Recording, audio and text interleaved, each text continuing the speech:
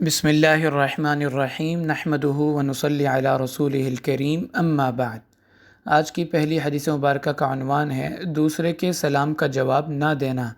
یہ روایت امام مسلم، امام ترمذی اور دیگر کتب حدیث میں حضرت عبد الرحمن بن شبل رضی اللہ تعالی عنہ کی سند سے مروی ہے کہ آپ صلی اللہ علیہ وسلم نے ارشاد فرمایا: یسلم الراکب علی الماشی والماشی علی القاعد ویسلم القلیل علی الکثیر فمن اجاب فہو لہ ومن لم یجب فلیس منا، کہ سواری والا پیدل چلنے والے کو سلام میں پہل کرے، پیدل والا بیٹھے ہوئے کو، چھوٹی جماعت بڑی جماعت کو سلام کرے، اور جس نے سلام کا جواب دیا وہ اجر اور ثواب کا مستحق ہو گیا، اور جس نے سلام کا جواب نہیں دیا وہ ہم میں سے نہیں۔ ہر زبان اور ہر ملت میں جب لوگ آپس میں ملتے ہیں تو کچھ نہ کچھ الفاظ کا تبادلہ ایک دوسرے سے کرتے ہیں۔ شریعت نے اس موقع پر انتہائی خوبصورت دعائیہ الفاظ یعنی سلام کرنے کی تعلیم دی ہے، کیونکہ ایمان کے بعد سلامتی سے بڑھ کر کوئی نعمت نہیں۔ اس کو عام کرنے کی تلقین فرمائی اور آپ نے ارشاد فرمایا: جس کو جانتے ہو اس کو بھی سلام کریں اور جس کو نہیں جانتے اس کو بھی سلام کریں۔ اور ایک موقع پر فرمایا کہ مسلمان کے دوسرے مسلمان پر 5 واجب حقوق ہیں، جن میں سے ایک یہ ہے کہ جب وہ سلام کرے اس کے سلام کا جواب دے، اور ہمیشہ سلام میں پہل کرنے والے کو تکبر سے بری ہونے کا سرٹیفکیٹ دیا گیا ہے۔ البادئ بالسلام بریء من الکبر۔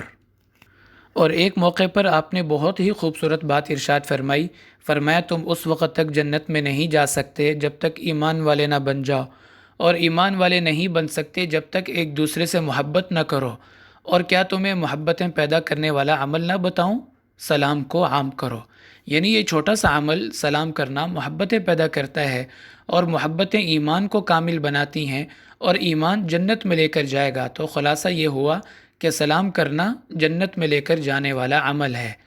اب سلام میں پہل کون کرے؟ اس کا جواب یہ ہے کہ چھوٹا بڑے کو سلام میں پہل کرے، تھوڑے لوگ ہیں تو زیادہ والوں کو سلام کریں، سوار شخص پیدل چلنے والے کو سلام کرے، اور پیدل چلنے والا بیٹھے ہوئے کو سلام کرے۔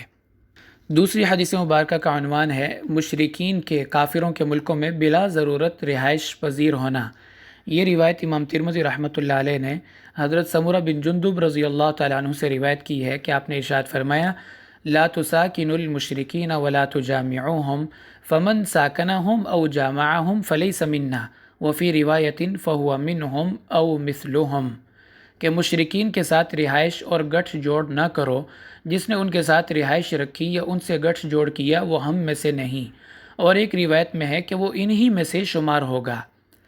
کیونکہ کسی مسلمان کو بلا ضرورت شدیدہ کفار کے ملکوں اور علاقوں میں رہنے سے آپ نے منع فرمایا، اور ایک موقع پر آپ نے ارشاد فرمایا: میں ہر اس مسلمان سے بری ہوں، یعنی میرا اس سے لا تعلقی کا اعلان ہے جو کفار کے ساتھ رہتا ہو، کیونکہ اس میں کئی مفاسد ہیں، جن میں سب سے بڑا مسئلہ اپنے ایمان اور اعمال پر استقامت کا، معصیت کے ماحول میں گناہوں سے بچنے کا، اور اگر کوئی خود ماحول سے متاثر ہوئے بغیر وہاں رہ بھی لے تو اولاد کی کیا گارنٹی ہے کہ وہ جس ماحول اور معاشرے میں پلے بڑھے اس کا اثر قبول نہ کرے؟ بلکہ مشاہدہ ہے کہ عموماً ان ملکوں میں اولاد اپنے ماں باپ کے ہاتھ میں نہیں رہتی، اور بعض اوقات تو دین سے بیزار اور نام نہاد روشن خیالی کی طرف مائل ہو جاتی ہے۔ اور ان ممالک میں ایک بہت بڑا مسئلہ اسلامی تعلیم کا فقدان ہے، جہاں انسان چاہتے ہوئے بھی اپنی نسلوں کو دینی علوم سے روشناس نہیں کروا سکتا۔ ان تمام خرابیوں کی وجہ سے منع کیا گیا ہے کہ بلا ضرورت کوئی ان کے ملکوں میں صرف سہولت یا آرام پرستی کی خاطر یا مال و دولت کی طمع میں مستقل رہائش پذیر نہ ہو، بلکہ کسی اسلامی ملک میں رہنے کو ترجیح دے۔ آج کی آخری حدیث مبارکہ، جو ہماری اس چہل حدیث کی بھی آخری حدیث ہے، اس کا عنوان ہے بطور سزا کے کسی کا سر موڑنا۔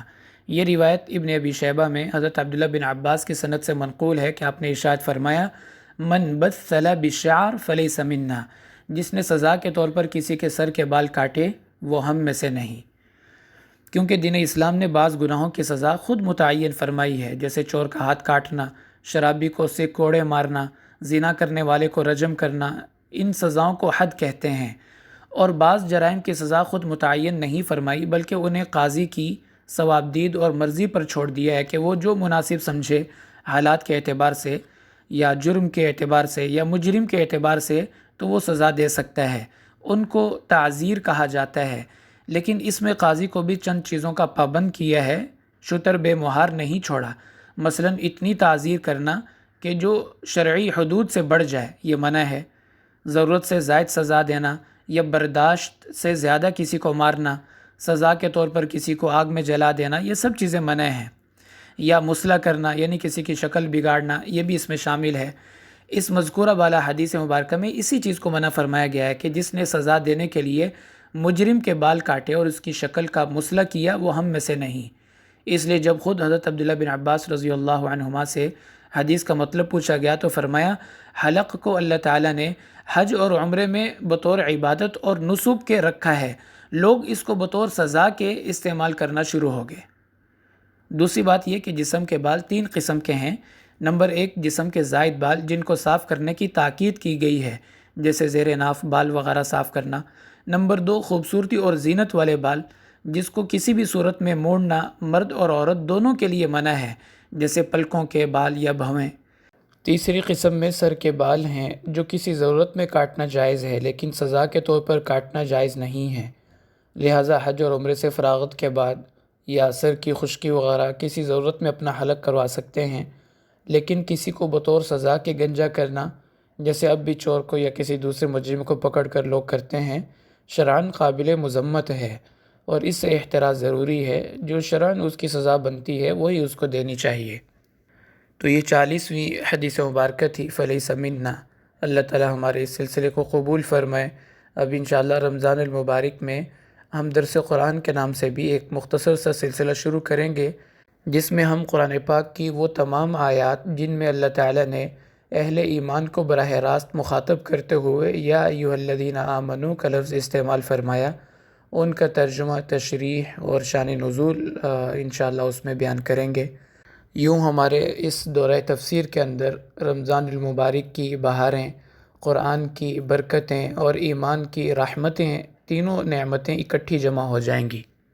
ان آیات کے مجموعے پر اگر نظر ڈالی جائے تو یوں محسوس ہوتا ہے جیسے اللہ تعالیٰ نے پورے دین کا خلاصہ اور نچوڑ ان آیات میں رکھا ہے، کیونکہ اس کے اندر عقائد و نظریات بھی آپ کو ملیں گے، آداب اور اخلاق کا تذکرہ بھی ہوگا، حسن معاملات اور معاشرت بھی آپ کو ملے گی۔